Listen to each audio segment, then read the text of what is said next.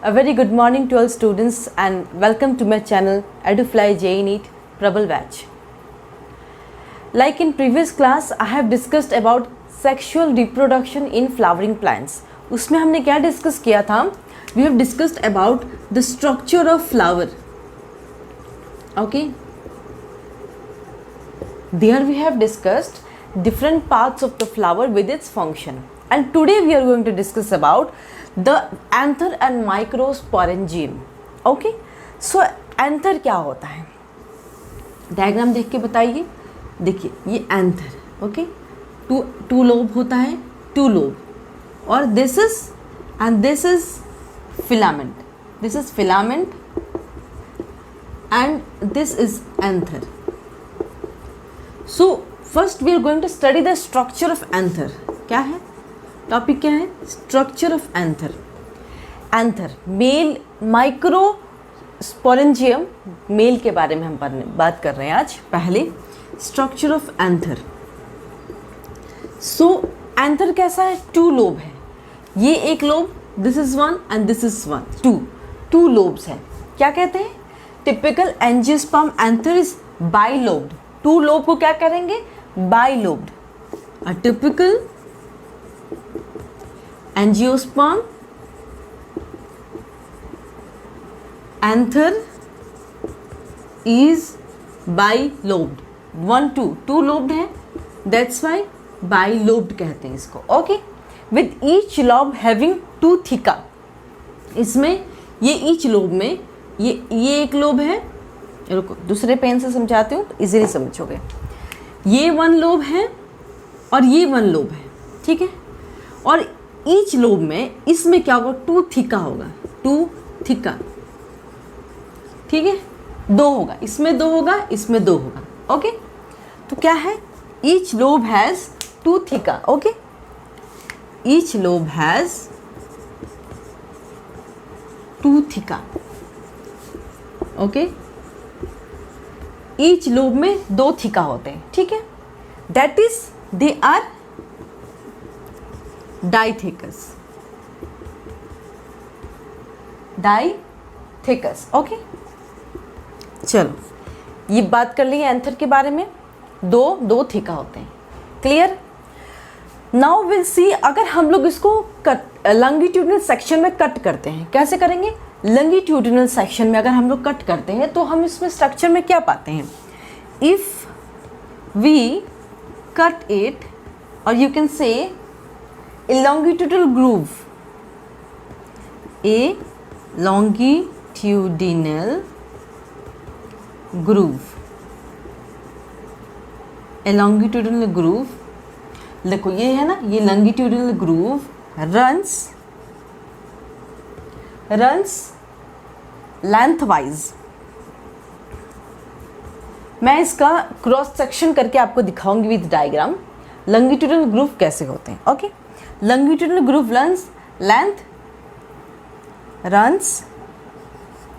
Runs lengthwise separating the theca. ये जो है ना, यहाँ टू थिका, 1 2 3 4, तो इनके बीच लॉन्गिट्यूडिनल ग्रूव होता है सेपरेटिंग थिका. ओके. तो अगर हम इस एंथर की लॉन्गिट्यूडिनल सेक्शन, जैसे कि आपके एनसीईआरटी बुक में एक बहुत अच्छी डायग्राम दी हुई है दिस वे. ओके. तो ऐसे करके this is the diagram. I am just showing in overview. तो ये है डायग्राम कंपाइल करके. ठीक है. तो क्या होता है कि ये एक थिका, ये एक थिका, ये एक थिका, ये एक थिका. ओके. एक लूप में दो थिका लॉन्गिट्यूडिनल सेक्शन रन कर रहे हैं. और दूसरी बात, इसमें क्या होता है? पॉलन सैक होता है. तो हमने आपको बताया था ना कि एंथर में क्या होता है? मेल रिप्रोडक्टिव ऑर्गन है ना, है कि नहीं? तो यहाँ क्या होता है? पॉलन स्टोर होते हैं. क्या होते हैं? पॉलन ग्रेन्स होते हैं. इस पॉलन सैक के अंदर क्या होता है? Pollen grains. That means if you are going for longitudinal section, क्या है ये? लॉन्गिट्यूडिनल. इसको अगर हम लोग कट करेंगे longitudinal section. Okay. If you are going for longitudinal section, there you'll get there you will get 2 theca in each lobe, and in that thica pollen sac is there, and in that pollen sacs pollen grains are present. pollen grains वहीं से होते हैं और फिर वो ले जाके female को फर्टिलाइज करते हैं. मेल ऑर्गन्स के बारे में पढ़ रहे हैं आज हम एंथर. ओके चलो, सो ये आप नोट डाउन करिए, है ना. तो अगर हम क्रॉस सेक्शन देखते हैं, इन ईच क्रॉस सेक्शन, ये क्रॉस सेक्शन इसको बोलेंगे. क्रॉस सेक्शन मतलब कट किए हैं हम लोग. क्रॉस सेक्शन का मतलब होता है कट. तो क्या होगा, इन ए क्रॉस सेक्शन, जब हम क्रॉस सेक्शन करते हैं, एंथर इज टेट्रागोनल. क्या बोलेंगे, 4, 1 2 3 4 टेट्रागोनल है. एंथर कैसा होता है, टेट्रागोनल. एंथर इज टेट्रागोनल है and consisting of 4 microsporangia. 4 microsporangia, 1 2 3 4 microsporangia in each lobe. ठीक है, 4 माइक्रोस्पोरेंजिया.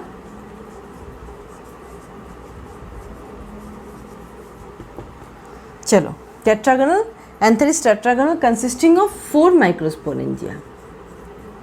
हो गया. तो ये है एंथर के बारे में. अगर हम इसका लॉन्गिट्यूडिनल सेक्शन करेंगे तो ये 4 माइक्रोस्पोरेंजिया मिलेंगे. वेरी सिंपल, वेरी इजी, है ना. चलो, लेटर क्या होता है, द 2 माइक्रोस्पोरेंजिया. लेटर स्टेजेस में क्या होता है, the 2 microsporangia of each lobe fuse.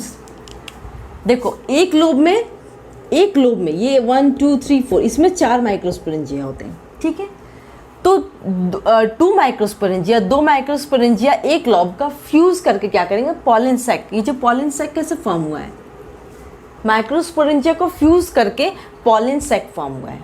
ठीक है, क्या होता है, माइक्रोस्पोरेंजिया फ्यूज करते हैं, मतलब जुड़ जाते हैं to form pollen sac. Okay, pollen sac कौन फॉर्म करेगा, माइक्रोस्पोरेंजिया फॉर्म करेंगे. मेल जो है, मेल का ही तो सारे प्रोसेस पढ़ रहे हैं हम लोग, है ना. चलो, तो microsporangia fuse to form pollen sac. हो गया ये पॉइंट क्लियर. तो अब हम बात करेंगे, structure of anther is done. We will talk about structure of microsporangia. Microsporangia में क्या क्या स्ट्रक्चर होते हैं, माइक्रोस्पोरेंजिया के बारे में पढ़ना होगा ना. एंथर जान लिए हम. अब हम बात करेंगे structure of microsporangia. Okay, anther is clear I hope. Microsporangia में क्या होता है, स्ट्रक्चर ऑफ माइक्रोस्पोरेंजिया. माइक्रोस्पोरेंजिया कैसे होता है, शेप स्पेरिकल शेप होता है. ठीक है, पहले हम जानेंगे shape and then we'll get into the structure of microsporangia. The shape of microsporangia is spherical है and it consists of 4 layers. 4 layers होते हैं इसमें, याद रखिएगा. It consists of 4 layers. Okay, 4 layers. पहला लेयर है आउटर एपिडर्मिस. आउटर लेयर है epidermis, तीनों ही आउटर लेयर हैं. एपिडर्मिस है, सेकंड है एंडोडर्मिस. ओके, थर्ड है middle layer and the fourth is tapetum. Okay, ये 3 जो है आउटर लेयर है और ये जो है टेपिटम जो है ये इनर लेयर है. हम ईच एंड एवरी का फंक्शंस पढ़ने वाले. एपिडर्मिस क्या होता है, एंडोडर्मिस क्या होता है, मिडिल लेयर क्या होता है, टेपिटम क्या होता है. ठीक है, चलिए, so let's talk about epidermis first. Epidermis सबसे आउटर लेयर ऑफ माइक्रोस्पोरेंजिया है, सबसे बाहर वाला जो लेयर होता है. जैसे कि ये डायग्राम आपके किताब में दिया हुआ है, एनसीईआरटी बुक में. ठीक है, ऐसे करके ना 3 लेयर होंगे, है ना, 3 लेयर होंगे. आउटर वाला epidermis, endodermis, then middle layer and the inside जो है वो टेपिटम है। टेपिटम सबसे इनसाइड लेयर होता है। ओके, चलिए बात करते हैं एपिडर्मिस के बारे में। एपिडर्मिस सबसे पहले क्या होगा, this is the outer most layer. Okay, epidermis, this is the outer most layer. Okay, this is the outer most layer. Next, and is single in thickness, single होता है एकदम single, and is single in thickness. Okay, चलिए epidermis ऐसा होता है। और इनके sales कैसे डिवाइड होते हैं, इनके जो सेल्स होते हैं ना एपिडर्मिस के, इस तरीके का सेल होते हैं। इसको क्या कहते हैं, anticlinal division, anticlinally division. The cell divides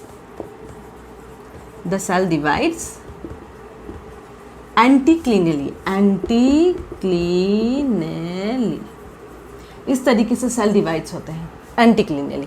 cell division ऐसा होता है इनका। Okay, in order to cope up with growing anther, जैसे कि एंथर ग्रो होता है ना, एंथर ग्रो होगा तभी ना बाकी का फंक्शंस जो भी pollen grains and all form होगा ना, एंथर ग्रो होगा तभी। तो क्या होता है कि सेल इस तरीके से इसलिए डिवाइड, सेल अगर चाहे तो ऐसे भी डिवाइड हो सकता था, दिस वे, पेरिक्लिनल डिवीजन कहते हैं इसको। क्या कहते हैं, anticlinal division. In order to cope up with growing anther. Okay, चलो,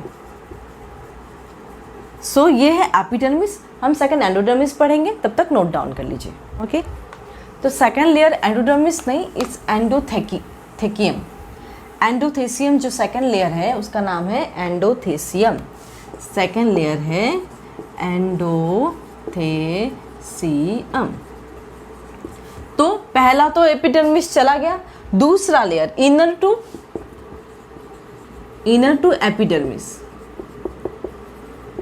epidermis layer is endothecium. Okay, ये कौन सा है, इनर लेयर है। ओके, नेक्स्ट क्या है, इनके सेल कैसे अरेंज होते हैं। The cell are radially arranged, radius, okay, along the radius. Cell are radially arranged, the cell are radially arranged and develop cellulosic fibrous band, and develop क्या करते हैं, cellulosic fibrous band. Okay,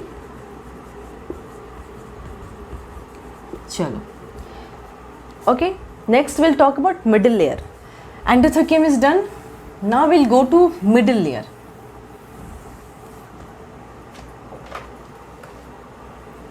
Middle layer, third layer है middle layer. Middle layer क्या है, next to endothecium there is a middle layer. Next to endothecium से inside वाला layer कौन सा, middle layer. Next to endothecium there are 1 2 3, मतलब सिर्फ एक ही नहीं होगा, 1 2 से 1 से 3 जो है मिडिल लेयर होता है। और मिडिल लेयर क्या होता है, बाद में डीजेनरेट, मतलब मिडिल लेयर डीजेनरेट हो जाते हैं। ठीक है, आर 1 2 3 मिडिल लेयर। ओके, चलो, and this middle layer what क्या होता है, ऑल ऑफ देम डीजेनरेट। जब म्यूसिस सेल डिवीजन होता है, जब सेल डिवीजन, जैसे म्यूसिस मतलब जर्म सेल डिवीजन जब होता है, तब ये जो मिडिल लेयर है ना वो डीजेनरेट, गायब हो जाते हैं। Okay, all of them degenerate at the time of meiosis. कब होते हैं, मियोसिस के टाइम पे। Okay, okay, at the time of meiosis mother cell. Meiosis mother cell से ही तो सारे फॉर्मेशन होंगे ना। तो ये रहा middle layer. Now will go for fourth layer, that is the tapetum. Tapetum जो है is the innermost layer. क्या है ये, इनर मोस्ट लेयर। टेपिटम के बारे में जान लेते हैं। एंड इसका फंक्शन बहुत इंपॉर्टेंट है, एग्जाम्स में भी आते हैं. This is the innermost layer. Innermost layer function क्या है? It provide nourishment to the developing embryo. Embryo को खाना प्रोवाइड नरिश करना टेपेटम का बहुत इंपॉर्टेंट काम है. आउटर लेयर तो का जो आउटर लेयर का जो फंक्शंस है, जो आउटर लेयर है मैं उसके भी फंक्शंस बताऊंगी. मैं पहले इनर इसका फंक्शंस बता देती हूँ क्या है. जो आउटर लेयर है उसका भी फंक्शन बताऊंगी. इनर लेयर का जो फंक्शन है, दिस इज इनर लेयर, तो इसका फंक्शन क्या है? It provide nourishment to the developing embryo. खाना पीना सब प्रोवाइड करना कौन करता है? Tapetum layer. It provide nourishment to the developing embryo. Okay, खाना पीना प्रोवाइड करते हैं. यू कैन से एम्ब्रायो की जगह यहाँ पॉलन ग्रेन ही इनका एम्ब्रायो है. Okay, developing pollen grain. And it helps in the transport of food material. खाना अगर बाहर से आता है तो ये क्या करता है? खाना को ट्रांसपोर्ट करता है और एंथर तक पहुंचाता है. इसका काम होता है. इट प्रोवाइड्स और it transports food to the inside of anther. हो गया. दो वेरी इंटरेस्टिंग फंक्शन है इसका.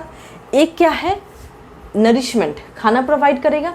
दूसरा, अगर खाना बाहर से आ रहा है तो वो ट्रांसपोर्ट करेगा, हर जगह पहुंचाएगा, एंथर तक पहुंचाएगा. तीसरा, ये पहला, ये दूसरा और तीसरा फंक्शन है. It helps in the formation of pollen wall. Pollen wall होता है, नेक्स्ट क्लास में पॉलन के बारे में पढ़ने वाले हैं. इट हेल्प्स, टेपेटम जो है क्वेश्चंस आता है नीट में, याद रखिएगा. It helps in the formation of pollen wall. Okay, चलिए, this is the inner layer. Inner layer का फंक्शंस बता दिया मैंने. अब जो आउटर लेयर है, जैसे कि epidermis, endothecium and the middle layer, इसके भी इंपॉर्टेंट फंक्शंस है. उन तीनों का combined functions I am just giving you. जो आउटर फंक्शंस हैं, जो आउटर लेयर है, 3 आउटर लेयर है मैंने आपको बताया, एक इनर लेयर है. तो जो आउटर लेयर है उसका फंक्शन है, आउटर लेयर का फंक्शन है. इनर का तो मैंने बता दिया. आउटर का है perform the function of protection. अगर बाहर से कोई फॉरेन सब्सटेंस आ रहा है, प्रोटेक्शन देता है और वो एंथर को रिलीज करता. एंथर जो है, एंथर से ही पॉलन रिलीज होगा. एंथर के अंदर पॉलन सैक है, उसके अंदर पॉलन ग्रेन है. तो वो क्या करता है? स्पिटिंग आउट, मतलब वो हेल्प करेगा आउटर लेयर, ताकि वो एंथर फट जाए और पॉलेंस बाहर आ जाए. अब पॉलेंस जब बाहर आएंगे तभी तो वो फर्टिलाइज करेंगे ना. फीमेल को कैसे फर्टिलाइज करेंगे जब पॉलन आएगा ही नहीं अंदर से बाहर, है ना. पॉलन फॉर्मेशन होने के पॉलन को बाहर आना पड़ेगा. तो ये आउटर लेयर जो हेल्प करते हैं, क्या करते हैं? The outermost layer functions as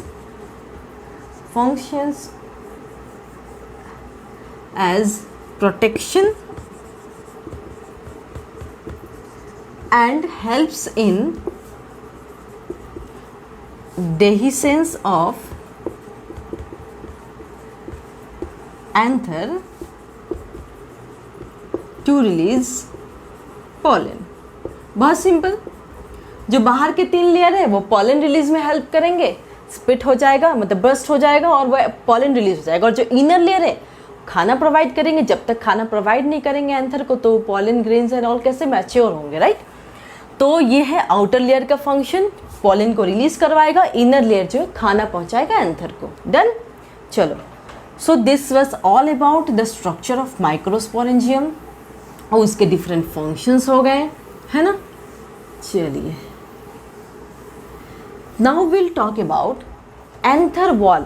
anther का वॉल हो गया, फंक्शन ऑफ टेपेटम भी हो गया. Now will talk of sporogenous tissue.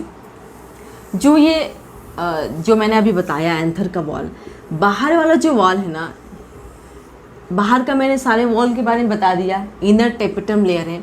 और जो स्पोरोजेनस टिश्यू है ना, जो टेपेटम के भी अंदर का लेयर है, पहले टेपेटम हो गया एकदम इनर लेयर, उसके अंदर का लेयर स्पोरोजेनस टिश्यू कहते हैं। उसके अंदर क्या होता है?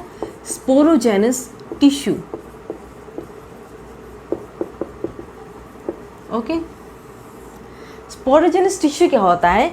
प्राइमरी स्पोरोजेनस टिश्यू, एकदम स्मॉल जो प्राइमरी स्पोरोजेनस टिश्यू होगा वो क्या होगा? That will give rise to microspore mother cell.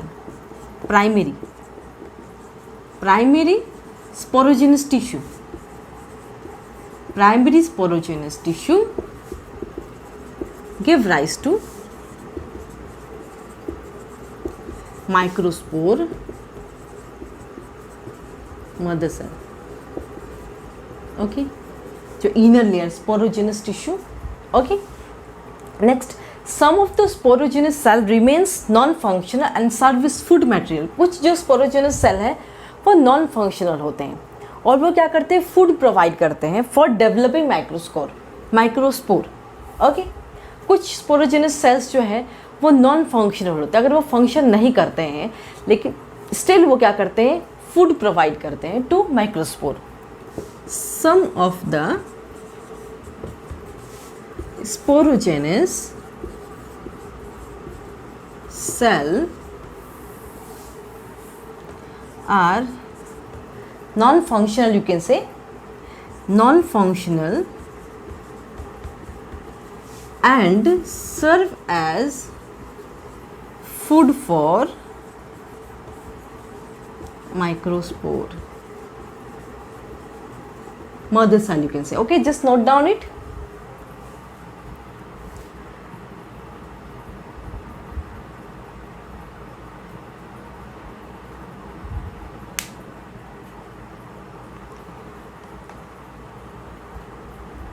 चलो, तो ये जो हमने माइक्रोस्पोर मदर सेल, ये जो माइक्रोस्पोर मदर सेल है ना, तो माइक्रोस्पोर मैं यहाँ लिख देती हूँ, मैं रफ करती हूँ। माइक्रोस्पोर मदर सेल जो है what they will do, they will form microspore mother cell MMC। ये क्या करेंगे? टेट्राड फॉर्म करेंगे, फोर सेल टेट्राड फॉर्म करेंगे और वो क्या होगा? That tetrad will separate out. ये टेट्राड जो है ये सेपरेट हो जाएगा, ये सेपरेट होगा, this will separate and form microspore और pollen grain, you can say. देखो बहुत इजी है, बहुत सिंपल बता रही हूँ। स्पोरोजेनस टिश्यू जो है उससे क्या फॉर्म हुआ? स्पोरोजेनस टिश्यू से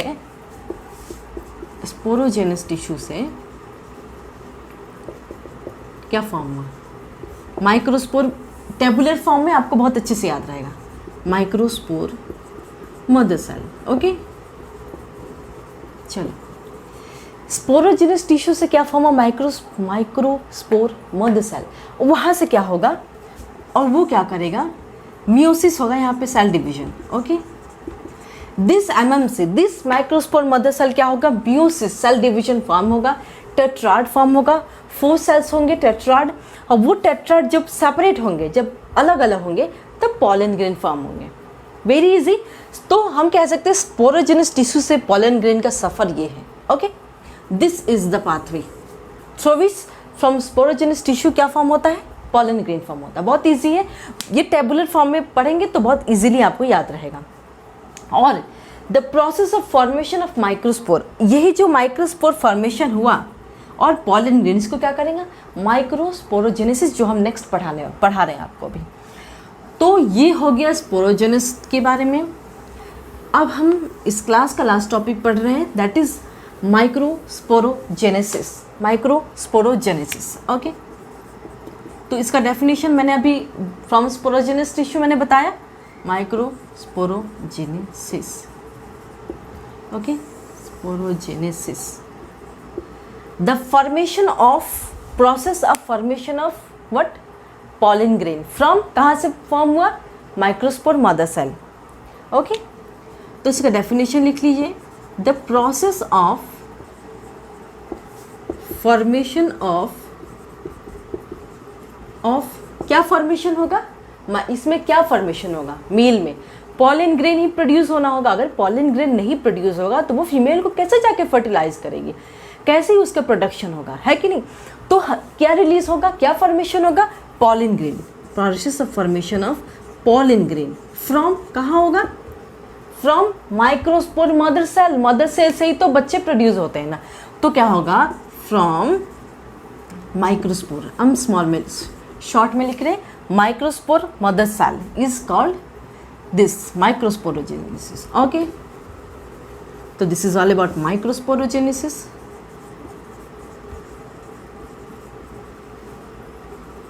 चलो, microsporogenesis हो गया। As each cell of the sporogenous tissue has potential to form tetrad, arranged in a cluster of 4 cells. अब each cell जो क्या होगा, tetrad फॉर्म होगा, जैसे मैंने आपको पिछले उसमें कहा था।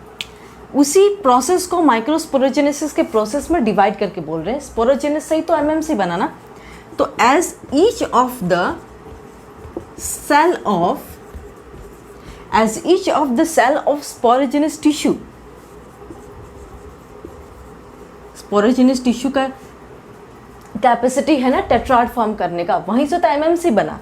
तो as each of the cell of sporogenous tissue has the potential to form, क्या फॉर्म करते हैं, इच स्पोरोजेनस टिश्यू क्या फॉर्म करते हैं, टेट्राड फॉर्म कर रहे थे, फिर वहां से पॉलन ग्रेन रिलीज हो रहा था, है ना। Has potential to form tetrad arranged in A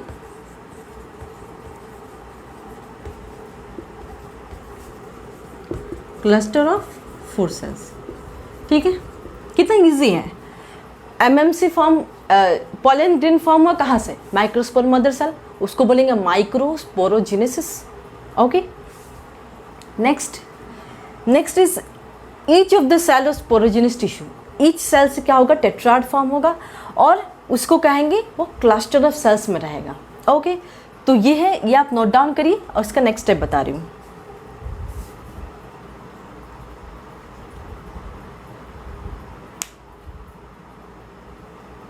okay, तो स्पोरोजेनस सेल से ही, स्पोरोजेनस कह सकते हैं कि ये जो स्पोरोजेनस टिश्यू हैं बच्चे रहते हैं, छोटा छोटा सेल होते हैं, उससे मैच्योरेशन होगा, है कि नहीं। जब मैच्योरेशन होगा एंड डिहाइड्रेशन ऑफ एंथर, जब मैच्योर हो जाएगा, एंथर क्या होगा, मैच्योरेशन होगा। ऑन मैच्योरेशन स्पोरोजेनस टिश्यू से एमएमसी बना, तो बनने के बाद तो पॉलन ग्रेन्स रिलीज होने के लिए एंथर के मैच्योर होना पड़ेगा। हम एंथर की मैच्योरेशन प्रोसेस पढ़ रहे हैं। जब मैच्योर होगा तो क्या होगा, एंथर रिलीज होगा कि नहीं, सॉरी पॉलन ग्रेन रिलीज होगा कि नहीं। On maturation and dehydration of anther क्या होगा, पॉलन ग्रेन्स रिलीज होगा। जैसे कि मैंने कहा था, बाहर का जो 3 लेयर्स है, मैंने अभी बताया ना उसका फंक्शन, वो 3 लेयर्स क्या करेंगे, हेल्प करेंगे पॉलन को बाहर आने में। बहुत सिंपल है, बहुत टर्मिनोलॉजी बहुत इजी है, आपको लिंक कर करके पढ़ना है, हर एक चीज़ को मैं लिंक अप कर रही हूँ। Okay, on maturation dehydration of anther pollen grains release हो जाएंगे। ओके, पॉलन ग्रेन्स रिलीज हो जाएंगे, स्पोर्स डिसोसिएट, पहले होगा स्पोर्स जो है, स्पोर्स डिसोसिएट होंगे and that will form and release, dissociate होके रिलीज करेंगे तो क्या फॉर्म करेंगे, पॉलन ग्रेन्स। क्या फॉर्म करेंगे, clear, I hope it's clear. Maturation और डिहाइड्रेशन जब होगा, किसका मैच्योरेशन होगा, एंथर का। अभी हम लोग क्या कर रहे थे, एंथर जब मैच्योर होगा तभी ना पॉलन ग्रेन्स उससे बाहर आएगा, बगैर मैच्योरेशन तो आएगा नहीं। तो जब मैच्योर हो जाएगा तो स्पोर्स डिसोसिएट अलग अलग हो जाएंगे, उसके बाद क्या होगा, वहाँ से पॉलन ग्रेन्स रिलीज हो जाएंगे। ठीक है, and pollen grains release with the dehiscence of anther. Dehiscence मतलब स्प्लिटिंग आउट, मतलब फट जाना, और एंथर से पॉलन ग्रेन्स निकल जाना। Okay, pollen grains release with the dehiscence of anther. सही है, चलो। So I have discussed about anther, मैंने मेल रिप्रोडक्टिव पार्ट एंथर के बारे में पढ़ाया, माइक्रोस्पोरेंजियम के बारे में बताया, स्ट्रक्चर ऑफ माइक्रोस्पोरेंजियम बताया, माइक्रोस्पोरोजेनेसिस क्या होता है, आज की टॉपिक हमने ये कवर किया। Next class we are going to study about pollen grains. Pollen grains के बारे में डिटेल्स पढ़ने वाले हैं, ठीक है। पॉलन ग्रेन्स तो रिलीज हो गया, लेकिन उसके बारे में पॉलन ग्रेन्स क्या होता है, उसके क्या क्या स्ट्रक्चर होते हैं, है ना। चलो, so I have completed today's class. If you have any doubts regarding any terminology, start reading your NCERT books. If you have any doubts regarding any terminology, just make a note and very nicely, and just in tabular form, just try to recognize whatever I have told you. If you have any doubts regarding any class, you can mail me, you can contact me, WhatsApp me, okay. So with this, I'll conclude my class today. Thank you so much.